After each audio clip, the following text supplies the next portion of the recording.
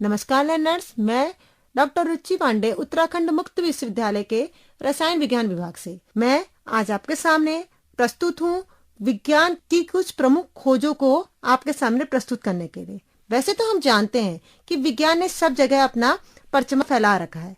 विज्ञान के बिना हमारी जो दैनिक लाइफ है, उठने से लेकर सोने तक की बिल्कुल भी स्मूथली संभव नहीं थी, लेकिन विज्ञान ने उसको स्मूथ कर दिया है, एक सरल रेखा में ला दिया है। हमारी जो बहुत कठिन लाइफ थी उसको सही ढंग से लाने में विज्ञान का प्रमुख हाथ है। और विज्ञान के कई विकास और फायदे हैं। ये हमें आत्मनिर्भर बनाता है, अनुशासन में रखता है, आत्मनिर्भरता की तरफ को लेके जाता है।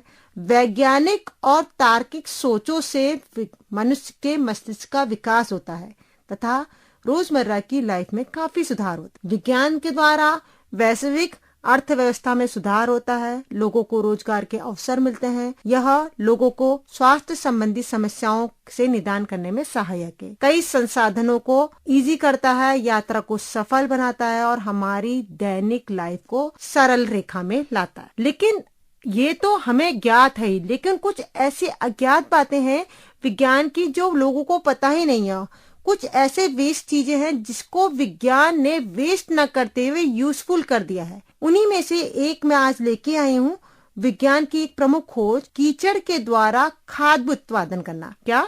कीचड़ के द्वारा खाद्य उत्पादन करना। हाँ, जैसे कि आप जानते हो कि कीचड़ हमारे समक्ष अगर होता है तो हम कहते हैं छी, कीचड़, और साइड होकर निकल जाते हैं। परंतु विज्ञान कहता है कि कीचड़ का उपयोग हम खाद्य उत्पादन करने में कर सकते हैं। यह रासायनिक और जैविक प्रक्रियाओं के संयोजन के माध्यम के द्वारा हम कीचड़ का उपयोग भोजन के उत्पादन में कर सकते हैं। लेकिन हमें इसके लिए मैकेनिकल, इलेक्ट्रिकल और माइक्रोबियल उपचार करने पड़ेंगे, प्रोसेस अप्लाइड करनी पड़ेंगी। जैसे मैंने कहा मैकेनिकल, कहा तो बायो ऑर्गेनिक्स प्रोसेस होती है।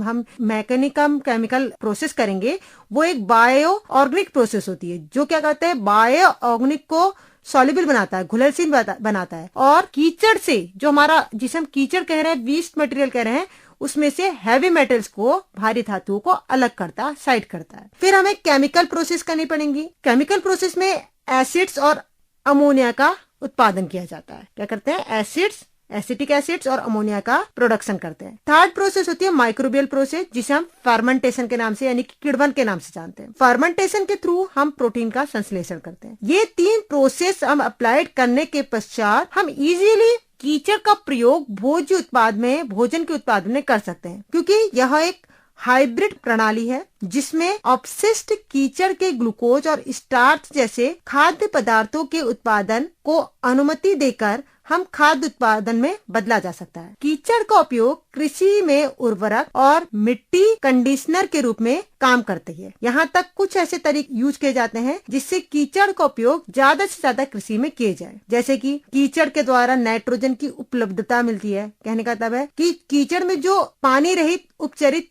होता है वो नाइट्रोजन छोड़ता है, जिससे बहुत लॉन्ग पीरियड तक फसलों को फायदा होता है। क्योंकि हम जानते हैं कि nitrogen is the micro elements. ठीक है, माइक्रो एलिमेंट्स नाइट्रोजन, एनपीके जो होता है, माइक्रो न्यूट्रिएंट्स के रूप में माने जाते हैं। तो माइक्रो न्यूट्रिएंट्स में नाइट्रोजन का बहुत विशेष रोल होता है। तो नाइट्रोजन का प्रयोग किसमें होता है? इससे कीचड़ में से क्या मिलती है? एक्सेस में हमें क्या मिलती है? नाइट्रोजन मिलती है, जिससे इसका कीचड़ में से फलों को क्या हो सकता है? फसलों को फायदा हो सकता है। दूसरा होता है, हमें इसके लिए इंपॉर्टेंट चीज जो चाहिए, मिट्टी की स्ट्रक्चर, मिट्टी की संरचना। कीचड़ में जो ऑर्गेनिक पदार्थ होते हैं, मिट्टी की संरचना को जल धारण में सुधार करने में सहायक होते हैं। क्योंकि अगर मिट्टी वाटर रोकेगी तो ज्यादा बेटर होगी, क्योंकि वाटर की डेफिशिएंसी हो सकती है।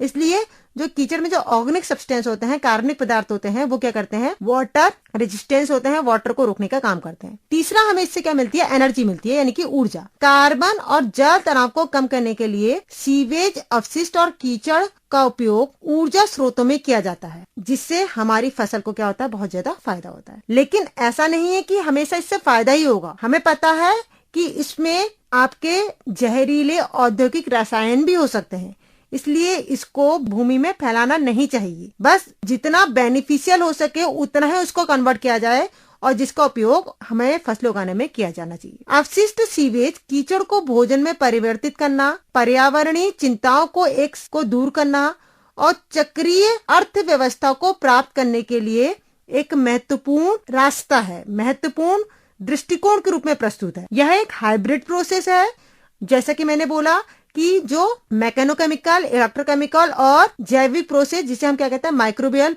फर्मेंटेशन के थ्रू हम इसको एक रूप से दूसरे रूप में कन्वर्ट करते हैं, जिससे अधिक से अधिक प्रोटीन का संश्लेषण, नाइट्रोजन का स्टोरीकरण और ऊर्जा का स्टोरीकरण होगा।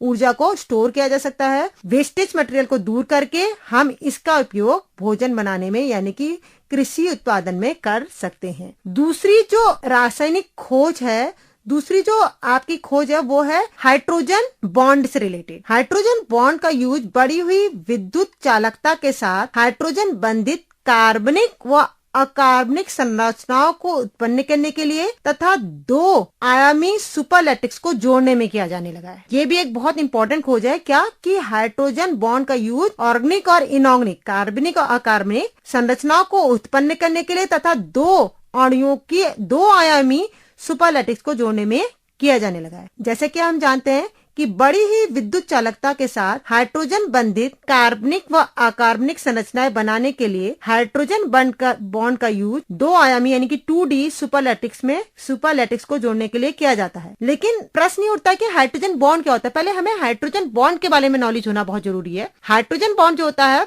The bond is form between hydrogen and highly electronegative atom. जब बॉन्ड जो बनता है हाइड्रोजन और दूसरे किसी हाईली इलेक्ट्रोनेगेटिव एटम, जो हाईली इलेक्ट्रोनेगेटिव एटम्स जो मैं बोल रही हूँ वो होता है F, O और N, क्लोरीन, ऑक्सीजन और नाइट्रोजन के बीच में। तो जब hydrogen should be bonded with the highly electronegative atom and bonded with the other highly electronegative atom, the bond is form that is known as the hydrogen bond. इस bond को हम कौन से बॉन्ड के नाम से जानते हैं? Hydrogen bond. लेकिन केमिस्ट्री में हाइड्रोजन बॉन्ड क्या होता है? एक वीक बॉन्ड के रूप में जाना गया है। ये एक स्ट्रॉन्ग बॉन्ड नहीं है, यह एक कमजोर बंध है जो अलग अलग अणुओं के बीच यानी कि इंटरमॉलिक्यूलर मॉलिक्यूल्स के बीच या एक ही मॉलिक्यूल्स के बीच बन सकता है। इसलिए जो हाइड्रोजन बॉन्ड आणविक संरचना होती है एक मजबूत चालक हो सकता है, किसमें?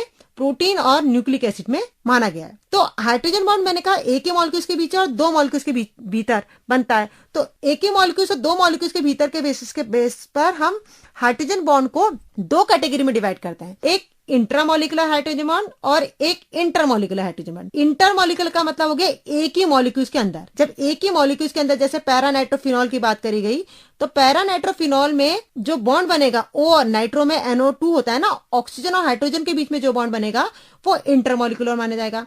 और जब 2 या 2 से अधिक मॉलिक्यूल्स के बीच में बनता है तो उसे हम क्या कहते हैं? इंट्रामोलिकुलर। इंट्रा, फर्स्ट वाली इंटर और सेकंड इज इंट्रा। इंट्रा का मतलब 2 या 2 से अधिक। जैसे वाटर के 10 मॉलिक्यूल्स हैं, HF हाइड्रोजन फ्लोराइड के 10 मॉलिक्यूल्स हैं, इनके मॉलिक्यूल्स के बीच में जो बनेगा वो क्या होगा?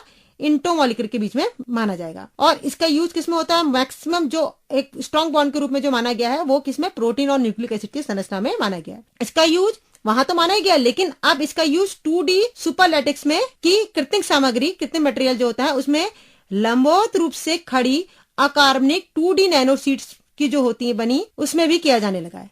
क्या मतलब है इसका? देखिए 2D जो सुपरलैटिक्स मटेरियल होता है वो लंबवत रूप से बड़ी अकार्बनिक 2D नैनोसीड्स होती है। 2D ऑर्गेनिक और इनऑर्गेनिक हाइब्रिड सुपरलैटिक्स बनाने के लिए ऑर्गेनिक अणुओं को यूज किया जाता है, जिनके बीच में कौन सी बॉन्डिंग होती है? हाइड्रोजन बॉन्डिंग पाई जाती है। और इनके बीच में एक प्रक्रिया और होती है जिसे हम कहते हैं मध्य निवेश, हिंदी में कहेंगे मध्य निवेश, वैसे इसे कहा जाता है इंटरकलेक्शन। इंटरकलेक्शन एक ऐसी प्रक्रिया है जिसमें इनऑर्गेनिक 2D नैनोसीड्स इंटरलेयर गैली के रूप में निरंतर कार्बनिक परतें के रूप में प्रेजेंट होती है। और इंटरकलेक्शन का उपयोग सुपरलैटिक्स बनाने तथा इलेक्ट्रोड सामग्री को विद्युत चालकता और इलेक्ट्रोकेमिकल प्रदर्शन में सुधार के लिए किया जा रहा है। 2D सेमीकंडक्टर मोनोलेयर का उपयोग सुपरलैटिक्स संरचना बनाने के लिए बिल्डिंग ब्लॉक्स के रूप में किया जाता है और साथ ही यह इस समय एक महत्वपूर्ण चुनौतीपूर्ण सेमीकंडक्टर की मोनोलेयर के रूप में भी प्रेजेंट है। कार्बनिक अणुओं में हाइड्रोजन बॉन्ड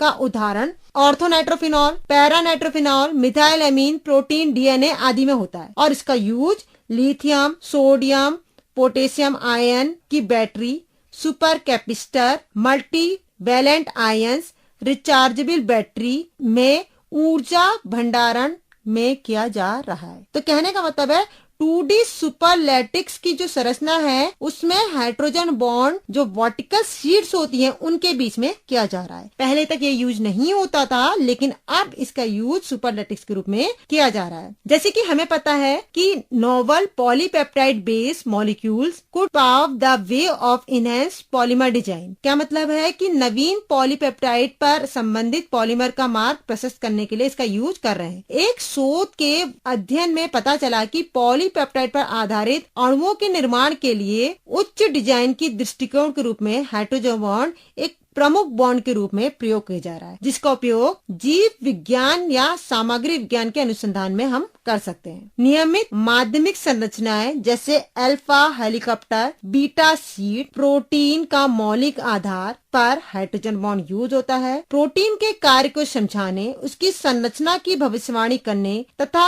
आदि उसके दावों और लक्ष्य की पहचान करने, कई बीमारियों और आणविक तंत्र के अध्ययन के लिए आवश्यक पॉलीपेप्टाइड माध्यमिक संरचनाओं की विविधताओं के विस्तार हेतु विविध रासायनिक गुणों वाले 130 गैर जैविक amino acid, non essential amino acid और 20,000 से अधिक संयोजी या व्यवस्थित रूप संयोजी संरचनाओं का पता लगाने के लिए एम्ड मॉयर, जो कि एक पीएचडी होल्डर ने थे, उन्होंने इस दृष्टिकोण से यह एडम मायर, जो एक पीएचडी होल्डर थे, के द्वारा यह विकसित करा गया है कि अभिनव दृष्टिकोण से सैकड़ों अद्वितीय कम ऊर्जा दोहराने वाली संरचनाओं की खोज करी। किसको लेके?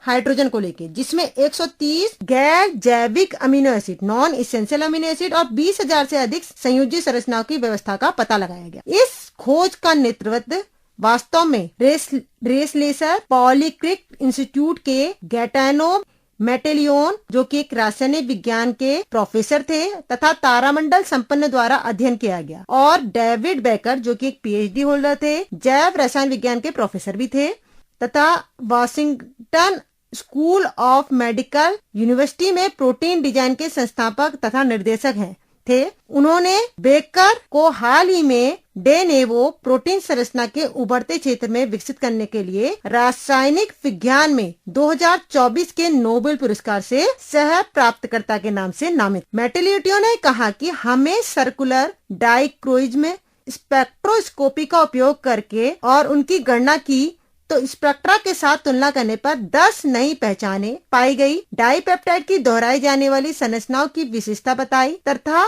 जो स्पेक्ट्रा ऑब्टेन्ड हुआ उसका उपयोग डिफरेंट वेवलेंथ तरंग दैर्घ्य का प्रकाश के अवशोषण या उत्सर्जन की भविष्यवाणी करने के लिए किया जाता है। और जो पॉलीमरिक ज्योमेट्री, मॉलिकुलर जो ज्योमेट्री हुई, जो फाइंड हुई, पता चली, तो उसमें देखा कि 10 डाइपेप्टाइड रिपीट पॉलीमर की अपेक्षा के अनुरूप संरचनाएं हमें पाई गई। कहने का मतलब है जो पहली पॉलीपेप्टाइड चेन थी, रिसर्च के बाद उसमें 10 पॉलीपेप्टाइड रिपीट पॉलीमर्स पाए गए। मेटेलियो ने कहा आईपीडी विभिन्न जैव प्रौद्योगिकी और सामग्री विज्ञान, जिसे हम मटेरियल साइंस कहते हैं, के अनुप्रयोग के लिए उपयोगी है। नई प्रोटीन पॉलीपेप्टाइड को डिजाइन करने के लिए कृत्रिम बुद्धिमत्ता और अन्य कंप्यूटेशनल तरीकों को विकसित करने के लिए यह विश्व में अग्रणी रूप से भविष्य में आगे आएगा।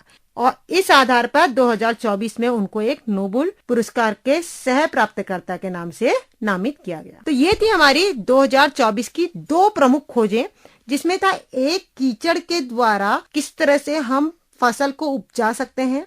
हमें इसमें केवल 3 स्टेप फॉलो करने पड़ेंगे और हमारा वेस्ट मटेरियल एक यूजफुल मटेरियल के रूप में काम आ जाएगा। दूसरी थी हमारी नोबेल प्राइज में 2D संरचना का यूज करके पॉलीपेप्टाइड को किस तरह से डिजाइन करके हम कृत्रिम बुद्धिमत्ता और कंप्यूटेशन के तरीकों में आगे आ सकते हैं। तीसरी खोज है लिबरमोरियम, जो एक रेडियो एक्टिव मटेरियल है जो आर्टिफिशियली क्रिएट होता है, यानी कि हम इसको लैब में बना सकते हैं। एक केमिकल है, वो एक केमिकल एलिमेंट्स है जिसका एटॉमिक नंबर 116 है।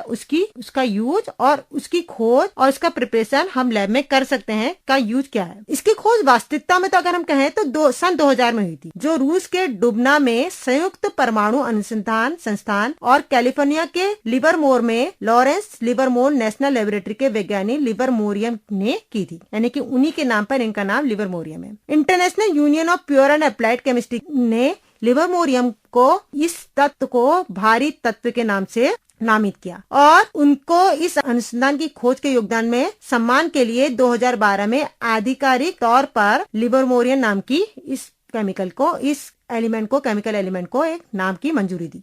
बाद में इसके जो गुण बताए गए वो ये थे कि यह एक संक्रमण के बाद की धातु है जिसके कमरे के तापमान पर ठोस होने की उम्मीद है। इसका परमाणु द्रव्यमान 292 है जो कि एक रेडियोधर्मी है और यह एक धीरे धीरे टूटता है। इसका कोई विशेष उपयोग तो ज्यादा नहीं बताया गया, लेकिन ये रेडियो एक्टिव एलिमेंट है तो ये मान सकते हो कि इसका कोई व्यावसायिक उपयोग नहीं है, लेकिन इसका उपयोग अनुसंधान के रूप में और कई आगे भविष्य के अनुसंधान में किया जाएगा। स्वास्थ्य के लिए रेडियोएक्टिव गुण होने के कारण यह ज्यादा बेनिफिशियल नहीं है, यह हानिकारक कैटेगरी में आता है।